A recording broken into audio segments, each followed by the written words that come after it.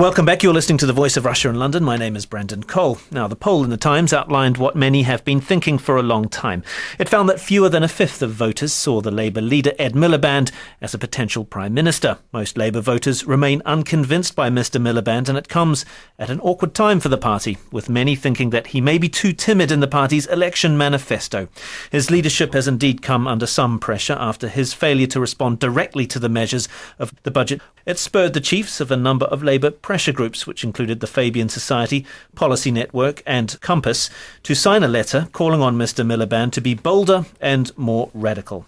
This comes in the same week of the funeral of that stalwart of the left, Tony Benn. His death came within a few days of that of the militant unionist Bob Crow, both typifying different sides of the left, which many see as Labour deserting a long time ago. But with more than a year out from the next general election, where does this leave Labour and where does this leave the left? Well, to discuss this, I'm joined in the studio by Ian Dunt, editor of politics.co.uk. Also here is Joe Cox, researcher for the think tank Compass, and Richard D. North. He's a conservative commentator and author of the book The Right-Wing Guide to Nearly Everything. A warm welcome to you, gentlemen. Thank you very much for joining us. Ian, I'll start with you. First of all, I suppose it's strange, given that, as Ed Balls has pointed out, the average person is some £1,600 worse off than they were in 2010. Why isn't Labour capitalising on this? I mean, Labour does have an extremely stubborn poll lead. Let's not forget. I mean, it's been there for quite some time. Occasionally the Tories chip away at it, and at the moment we're in that period where they've chipped away. So on the back of what was considered a successful budget, in fact it was utter nonsense, but it was treated well by the press. They've managed to get to within about 1 point of Labour. I would predict now that within 2 weeks they'll be back with that sort of between 5 to 12 point gap between them and Labour. So, while we can get quite carried away, especially on the stuff about whether Ed Miliband looks prime ministerial, a quality which he will never be able to secure, actually the polling stuff still remains relatively robust. And worryingly, no matter what changes in the economy, no matter what else changes in the political climate, that Labour poll lead stays there. So you say the budget is nonsense. It was a matter of how it was spun afterwards. Yeah, I mean, the Tory press we're about 18 months away from a general election, and the press, which is about sort of 3/4 Tory, and certainly in the parliamentary lobby, those journalists that work in Parliament have access to the Prime Minister's spokesman, it is overwhelmingly conservative. So already most of the press is ramping up onto a general election footing, and already it is treating political events in those terms. I mean, this was a very, pretty shoddy budget. I mean, the kind of budget where he was costing current policies by making cuts to future benefits. I mean, benefits that literally don't even exist yet. The kind of thing that if Labour tried to put that in a budget, they'd be torn apart by the press. But because it was Osborne, because it's 18 months from a general election, he was given a relatively easy ride. Richard, a shoddy budget. Well, it was a canny budget. I mean, Osborne's always extraordinarily deft. What's peculiar about it, in a way, is that we've got a radical pension reform, a direction towards a sort of libertarian point of view. Now, he's done it for canny political reasons to do with appeasing people who are about to retire, and they are rather flakily conservative at the moment. He wants them to be more strongly conservative. But what's surprising is that take away Ed Miliband's not being awfully attractive, if you like, in sort of vulgar media terms, Labour ought to be hugely successful. The left ought to now be hugely successful, and the beauty from my point of view is it surprisingly isn't. I mean, we've had a crisis in capitalism and we're in a recession. We're going to suffer huge welfare spending cuts. That ought to be awful for the Tories, and yet I think actually the Tories are kind of winning the argument big time, in the sense that political realities are lining up with economic realities. I think it's going to be very difficult for a modern generation of politicians to get out of sync with economic realities. That's a big shift in my lifetime. Joe, what do you make of that libertarian freeing up of pensions and giving them back responsibility effectively? You don't have to buy an annuity now. You can go out and spend it on whatever you like. But this was a canny move, wasn't it?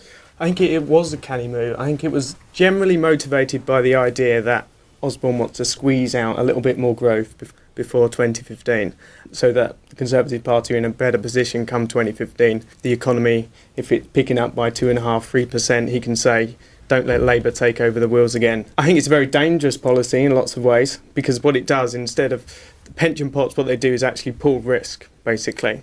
And now what they're saying is, you're on your own. We trust you to do that, but you're on your own. We don't care if you buy a Lamborghini. Now, I think a collective, genuine left response would be, actually, pooling risk is a good thing. If we can plan together, save together for the future, then that would be a good thing. Labour's, again, seems a bit wrong-footed by that. They don't want to look like they don't trust people, but at the same time, they're not quite confident enough to make this argument about pooling risk, about, collective investment in the future. And Ian, is that why the response from Ed Miliband has been so slow or non-existent? Yeah, well, I mean, right immediately after the budget, it was non-existent. He didn't even refer to the budget. He just relied on about sort of 5 stock anti-Tory phrases. You can't trust him with the NHS. He stands up for the wrong people. That kind of stuff. He can say it in his sleep. What was more concerning, I mean, it's a tough gig, basically, because you're standing up after a very difficult, statements 1 hour long, lots of financial information. It's not easy to respond to that immediately.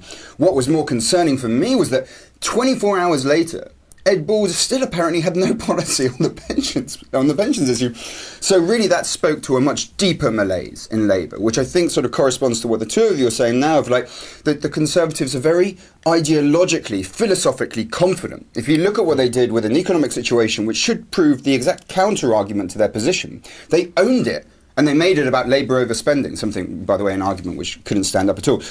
Actually, Labour has the reverse problem, has almost no confidence in its convictions. And I think that really shows when you see something like this, like being willing to make an argument for pooling risk. It's just not even willing to go to that territory. So it finds itself constantly defensive, constantly thinking how much ground will it give to the right this time? As you're seeing, today on the welfare cap, exactly the same issue. It's extraordinarily difficult for them because Blairism is extraordinarily unfashionable, really, in a way, with everybody, apart from perhaps the odd right-winger like me. So that doesn't help the left, the broad left at all. That Blairism, which was practical modern socialism, if you like, as best we can fashion it. And then we have Tony Benn, the other Tony, dying. And a sharp reminder, if you like, that the heart and soul and even the mind of old left is, it's a horrible thing to say and untasteless, but as dead as a dodo. Where else do you go? Well, we're having a look at the idea of blue Labour and some sort of thing which is big society and which is slightly sort of anti-corporative and anti-capitalist and anti-globalisation, providing you can frame all those as being horrid. But actually, far too many people for Labour's liking actually don't mind all that. Well, I would urge a bit of caution there, I think, because I think when you look at polling, say on nationalisation of utilities, the public remains very firmly left. I mean, of course, if you look at polling on capital punishment or immigration, they are very far to the right. I mean, the public typically don't think in political terms in the way that political commentators do. But I think in terms of heart and soul, when you look at, for instance, nationalisation of the railways, there is still massive public support for these issues. What there isn't is a parliamentary party with the bravery to make the case. But that's because of a kind of bruising. People are bruised by the experience of the privatisation of things like the railways and gas companies because they're feeling it in their pocket in a way. It's not an abstract idea. And are we dealing with reality when people say they hate the privatisation of the railways? If the railways work and are there, clean, nice, regular, what does it mean to be using them every day and yet saying you somehow wish that they were owned by some system you can barely remember what it was like? I think there's some fantasy about people ticking boxes for pollsters saying they don't like this and they don't like that. As you say, it might be that there's no one to vote for that would stand the other way, but I think Labour are dead right to be absolutely horrified at the thought that they could kind of follow that polling about, let's say, anti-privatisation back into state ownership. Joe, I mean, in a week when the funeral of Tony Benn is to take place, does this make people feel nostalgic for the old left? I think it absolutely does. I mean, I was astounded by the amount of people who were my age that felt that Tony Benn was an absolute inspiration. He performed a sort of role of sort of solace for a lot of us. I must say I'm 27 years old, by the way, because we sort of grew up in the New Labour years, and yet we spent our days reading the Tony Benn diaries as a sort of form of solace and therapy, really. To get back to Labour's standing right now, I think what people are crying out for from the Labour Party is something akin to a vision. And that doesn't mean a set of policies, but what it does mean is, well, what in 2020, if you elect a Labour government, what does your life look like? Is it any better, or is it just slightly less worse? If you want the vision thing, then it seems to me that where the left is in deep, deep trouble is that the vision is very hard to frame if you've got, as it were, an entrepreneurial working class, insofar as you've got one at all, and one that aspires to be technically able and not the recipient of welfare and not taxed to pay for welfare. So the awful conundrum, which I think the Tories are reaching for more cleverly than Labour know how to, and Lord knows it's awfully difficult for the left to know how to have a new pitch, is to appeal to an entrepreneurial working class. In other words, a working class which is in effect disbanding itself by getting too well educated to want to go on being patronised by the state. Now that's a swine of a thing for the left to have to contend with. No, I think it's absolutely right that basically one of the building blocks of, Tony Benn's day, what made Labour so strong was a working class, a sort of homogenous working class that worked in big factories. It voted Labour in its millions. It had power through trade unions. All that's gone. So how do you develop a left politics now, a vision of left politics, without that strong base outside of Labourism, outside of trade unionism? Lefties across the whole of the world are struggling with that. I think what it does mean is that you need a left vision which is environmental, which is about quality of life. It's about life outside of work. It means being bold on things like social security and thinking about things like a basic income, which allows people to be experimental, but also acknowledges that you're not going to have one job for life. I think that's the sort of, the boldness that the left needs. Do you think Tony Benn was something of an anachronism? Because he came out of a time when there was a global socialist movement and there was a strong trade unions and all that kind of stuff, and he was kind of seen as quite an endearing figure in his later years, somebody who could relate to the average person, but not necessarily somebody who could come up with policies that would make his party electable. He was always an anachronism. I mean, this is a man of the establishment. I mean, he was the first person to make sure he didn't go into, the Commons. I mean, he was a very strange, ahistoric figure. For younger people, they didn't see the firebrand Ben of, from the 70s and the 80s, and so what they got was this much more mellow figure that he was in retirement, where he was very concerned with civility and politeness. And he, frequently, one of the first times I ever saw him on television, he'd done this extraordinary speech, really hammering away. And at half-time, there's a queue of people waiting to talk to him. And one guy says, "Oh, actually, I'm a conservative." And whatever. Tony Benn, the first thing he said was just, "Oh, I'm terribly sorry, and I hope I haven't said anything to offend you." And it was that sort of glorious lesson of, you can fight hard and you can always be civil and polite and decent. And that actually politeness is a form of egalitarian radicalness. It's how we create this sort of meat between the bones, and the bones being the vigorous political fighting that we do. So all of that was true. I mean, I am much more optimistic, actually, about what he represented in terms of people's political aspirations. And I actually think there's a lot more space than is currently being suggested around the table for a radical left-wing proposition in this country. Unfortunately, as I sort of alluded to before, the people who would support that, who would vote for it, would actually also be tempted by some quite radical right-wing propositions, for instance, like the return of capital punishment. But I do think that the popular ideas are there, that people are suspicious of the private sector just as much as they're suspicious of the state. There is work that the left can do, but it needs to have the bravery, the conviction in order to go down that road. But Richard, also, I mean, not within a few days of the death of Tony Benn was the death of Bob Crow, the other side of the left spectrum. And I'm just wondering, the idea of leftism is somewhat confused, I suppose, because Bob Crow did actually understand he wanted, the focus clearly was improving the lot of the workers, but he wasn't anti-materialist, not necessarily anti-globalist in the way that the left is probably perceived as now, if you look at the global Occupy movements and so on. Yes, and he's supposed to have been terrifically good for his members and robust for them, and he drew admiration from all sorts of people in death. It's all well and good for one or two trade union leaders in one or two very specific cases to be extraordinarily successful for their members. It's when they're running the whole country, in effect, that the thing becomes a bit unglued. Personally, I'm inclined to think that politics will shortly fragment in a way that it's been kind of waiting to for a long time. So the class warfare of cloth cap versus bowler hat, or whatever it used to be, and rich and poor, and managers and workers. I can't. Since that logic will collapse, I'd have thought the kind of organisation of parties around it ought sooner or later to collapse. And I think you could easily see the Tories splitting into all kinds of different things. And equally, to go towards the problem that the left might have is once it stops having to be a bloc, it could become far more interesting because all its different tendencies, from very radical to much less radical, its Blairism and its leftism and its trade unionism and its environmentalism, all these things could blossom. And I suspect that kind of shift, perhaps based on personalities, that we ought to be in an age when it's easier for MPs to become extremely interesting in their own right. So the Rory Stewarts, the Halfans, Robert Halfan, the Mark Field, to take a Conservative, extremely interesting individuals who can just about hang on to a constituency, represent it quite well, become a national figure. And who knows? I mean, the late Victorian period, the 19th century politics was not like 20th century politics, and it was more scattered.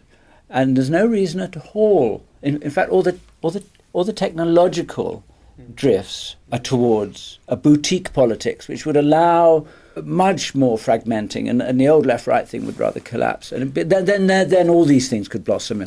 You can see in that sort of vision, actually, that a split. Because I mean, really, when you look at the Commons, people in the centre of the Labour Party and the centre of the Tory Party have much more in common with each other than people in the Conservative Party have with their sort of, frankly, UKIP supporting backbenchers, or for instance, Dennis Skinner or something like that on the left of Labour. And it's not inconceivable within a relatively short period of time, a couple of decades, actually to imagine a sort of a centre-right grouping, especially if the Lib Dems continue to play their role as kingmakers in the centre, and actually seeing, the bulk of the Tory Party shift off to a much, actually, frankly, less electable place. And Mr. Ganesh of the FT, who's a brilliant political commentator of our time, I think, writes, the peculiar thing about our coalition was that the Tories were supposed to be softened from the left, as it were, by their coalition partners, the Lib Dems. But hang on, it turns out that it's the Lib Dems that lobbed into the Tories the idea of pension reform, which is actually quite a libertarian free market idea. And so, hey presto, you get oddities in coalition which were completely unexpected. I mean, the Tories came in saying, what we won't do is touch the health service. They get into power in a coalition, feel completely free to produce a huge change. For good or ill, I'm not discussing. What I'm saying is that coalition, this thing of, we've spent lifetimes worrying about the awfulness of coalitions, of what would happen with fragmentation. My goodness, we'll be Italian. What were we worrying about? Actually, just on the point of the Labour bloc, though, I mean, it was effectively kind of Joe Cox. I mean, Compass was one of the many groups that signed this letter, which basically called on Ed Miliband, or the Labour Party, the Labour Party in particular, to be more radical. Why did they do that? Because the letter was quite light on specifics, one could say. There is a fear amongst many people in and around the Labour Party, within think tanks and within the broader community, that the Labour Party will go into the next election saying, you can't trust the Tories on the NHS, and we're going to sort out the cost of living problem, and not much else. When really, the scepticism about politics and political leaders in the country is now so profound that what you actually need is a real shift of power to ordinary people, because people feel powerless. They feel powerless at work, they feel powerless in their institutions, they feel powerless in their public services. So really, that was the idea of the letter, to get that across, that we want to see Labour going into the next election with a real bold vision about redistributing power to ordinary people and communities. People always say that. I mean, they're never specific about it. And even when they are specific, even when you've got someone like Blair saying, I'll do some reform, then they get into power and they never, ever, ever do it, because no one in power ever will. And also, when you say let's give power to the people, it always turns out to be giving power to a few grabby people who manage to get something looking like a representative group around them. And it turns out not to be power for the people. I mean, I am deeply conscious that it is a tremendous sadness that people are cynical about modern politics. And of course, I think it's to do with, the post-Beatle generation, which is my fault, and it's to do with the mass media, which is not my fault, and it's to do with the horrible cynicism of dreary things on publicly owned television, which calls itself satire, which is just trite.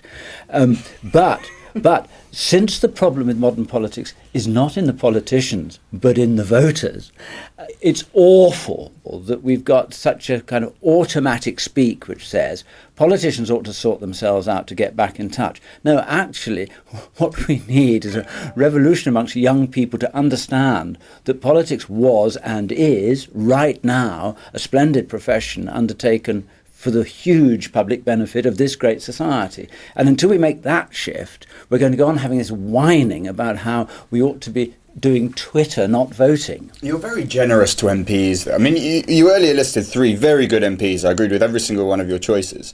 But you're still far too, because as a whole, they're extremely tedious, mediocre brains. That's and that's for good reason. That's because local associations do not pick people on the basis of their capacity for independent thought or their impulsive. In Tory associations, they basically pick the person they'd like to marry their granddaughter. That's basically the guy who happens to be a bland, robotic, swivel-eyed loon at best. And then, in Labour associations, they pick, the most android-like, individual that looks like they've been created by some kind of factory process rather than by biology. So, you put these people in the Commons and people are surprised that there's not enough scrutiny, that the quality of legislation is not good. And it's frankly deeply unsurprising given the quality of people in it. 2 things I'd say about that. One is that since we've dangerously reduced MPs, our members of Parliament, to being constituents' gophers, we reduced them to being kind of social workers on behalf of individual constituents and their problems, which is a disaster on all kinds of levels. That doesn't help. But the other thing I would say is, well, I don't go to Parliament anymore, but I do watch quite a lot of it on television. I am that person who watches the Parliament channels broadcast from Parliament. You're the one. I am the one. I'm quite impressed. They seem most civilised, serious, thoughtful people. You don't expect the majority of the House of Commons to be visionary brain boxes. I mean, it would be awful if they were. I mean, of course they're much more like us than we want. But wouldn't we want our leaders to be visionary brain boxes, Joe Cox? I mean, the point of, I'm just wondering, is it a problem of presentation for Ed Miliband? Because he has made some inroads, certainly tackling the energy companies, the big 6 and so on. It seems to be drowned out by the Conservatives constantly saying, we're cleaning up the mess that you left. And this seems to be having an impact because we hear it every week at PMQs, don't we? Yeah, I mean, part of the problem is the infantilised way we talk about politics, right? I mean, basically in the media, everyone points all fingers towards political party leaders as if there would ever be one political party leader that could deliver everything for everybody in one political term. So ultimately we need to think about politics in a different way. I understand the cynicism about talking about redistributing power to communities and blah, blah, blah, blah, blah, because we've heard it from the Conservatives around the big society. But the problem with the big society was essentially, in an age of cuts, what the big society ended up being is saying, we can't afford to run this local library. Would you like to do it? And people go, no. But the Labour version of big society becomes, let's do lots of mutuals.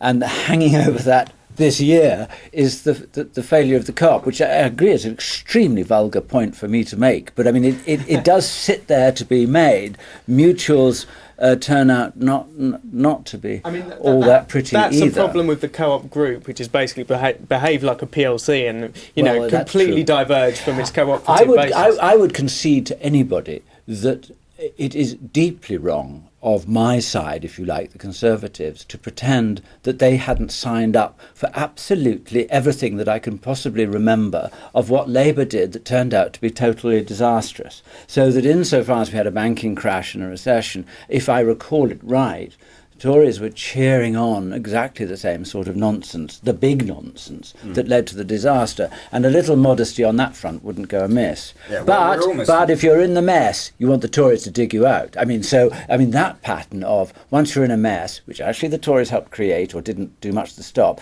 then really only an Osborne is going to dig you out. I have to say, even at the most, even people that would surprise you in the Tory party will concede. Thank God it wasn't Cameron and Osborne in charge when the financial crisis happened. I mean, so, there's a sort of, especially in Westminster, there is a recognition of, actually, that was Gordon Brown's best moment of his career, and it was very important. And that they were actually extraordinarily petty later, where they wouldn't put him forward for the IMF job, which incidentally would have actually played to their advantages by neutralising the political threat from the IMF as well. You're right about the broader trend that you point to of, people think that the Tories get them out of economic trouble. If there's a recession, you'll get the Tories to dig you out.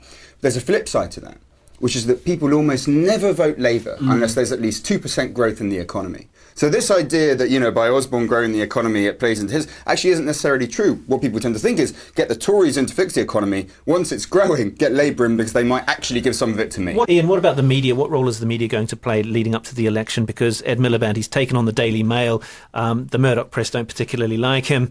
You work for a neutral media outlet, relatively, politics.co.uk. How do you think what kind of impact will the media not liking Ed Miliband have? I mean, they will go for him with a savagery that we have previously not seen. I mean, if you remember, after the first leaders' debate on TV last time round, the way that the Mail, and actually lots of the Tory press, went for Nick Clegg was at a level that we'd barely seen for a long time. And if you remember, the Mail thing was exactly what is it that makes him British. They were, digging up all sorts of things. Basically, Ed Miliband's got about 3 months of that to look forward to. They will absolutely go for him, not just because they're Tory supporting papers, but also now because he has quite explicitly said, I am not going to do what the press tell me to do. So actually, the press as a class are going to go for him. They're going to go for him very, very hard. It'll be next to nothing compared to what they do to him if he actually makes it into number 10, but that's another matter. Joe Cox, the head of Labour's policy review, John Cruddas, is brewing his policy, bundles of policies, I suppose, which will be revealed in the fullness of time. What should he focus on, do you think? Back to the theme about redistributing power to communities. I think a couple of examples of how you could seriously do that. Basically, 80% of money that's spent in local areas actually comes from central government.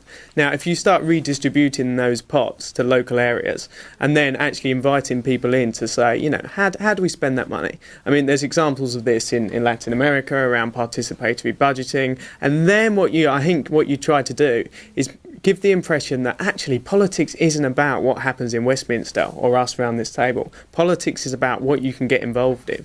And he could also get the younger votes with possible change on tuition fees. Turns out that £9,000 a year, most of that isn't coming back. I've heard that argument without really understanding it. I mean, since you're lent the money for as long as you need it, and as soon as you get rich because you've got a better education, you can start paying it back slowly. Anybody who wants to go to higher education without mastering that that's a good deal shouldn't be entering higher education, in my view. Part of the people, that's great until you get a very Labourish ambition, let's say, which is to do some big infrastructure. And all you get is NIMBYism on legs because you said to all the locals, oh yeah, if you don't want it in your backyard, we won't have a high-speed rail. Oh, forget that. We won't need that airport ever again. Because part of the people is extremely tricky. And in a small country like ours, you don't need to do it. We have a parliament which is sufficiently intimately in touch with the people, if only the people got off their backsides and made it so and understood that it already is. Saying that we have a politics that even remotely appeals, I mean, I disagree. I think the level of alienation and disconnect now is potentially very dangerous, actually. And I think that's a failure not of the people, although they do have to take some of the blame, but really of the political establishment and its inability to talk in plain terms, in decent, normal terms. The flip side is, I don't believe for a second that a government would change this. And actually, if we can go back to that quote from Tony Benn, which he made over and over again, it's like, you take power as the public. No one ever gives it to you. Is Ed Miliband... does he have the statesmanship to become Prime Minister? What do you think will play out over the next 12 months, Joe? I think there will be a Labour-led government in 2015. The big question is it going to have a mandate to do radical things around green industrial policy, about, like I said, giving power away to communities? Is it going to do that? Is it going to make bold arguments about borrowing to invest in the social security that we need, in the infrastructure we need, or is it going to limp over the line? Richard? Well, we might have a Labour-led government next, and it might be as surprisingly peculiar as our Tory-led government has been. And Ian, finally with you. Ed Miliband will be the next Prime Minister, and he's going to have an absolutely torrid time for 5 years of having the press hammer away at him with a tiny majority, if any at all, and then he will leave, probably quite ingloriously. Gentlemen, thank you very much. That's Ian Dunt, editor of politics.co.uk, Joe Cox from the think tank Compass, and Richard D. North, author of the book The Right Wing Guide to Nearly Everything. Thanks for joining me, Brendan Cole, on The Voice of Russia in London.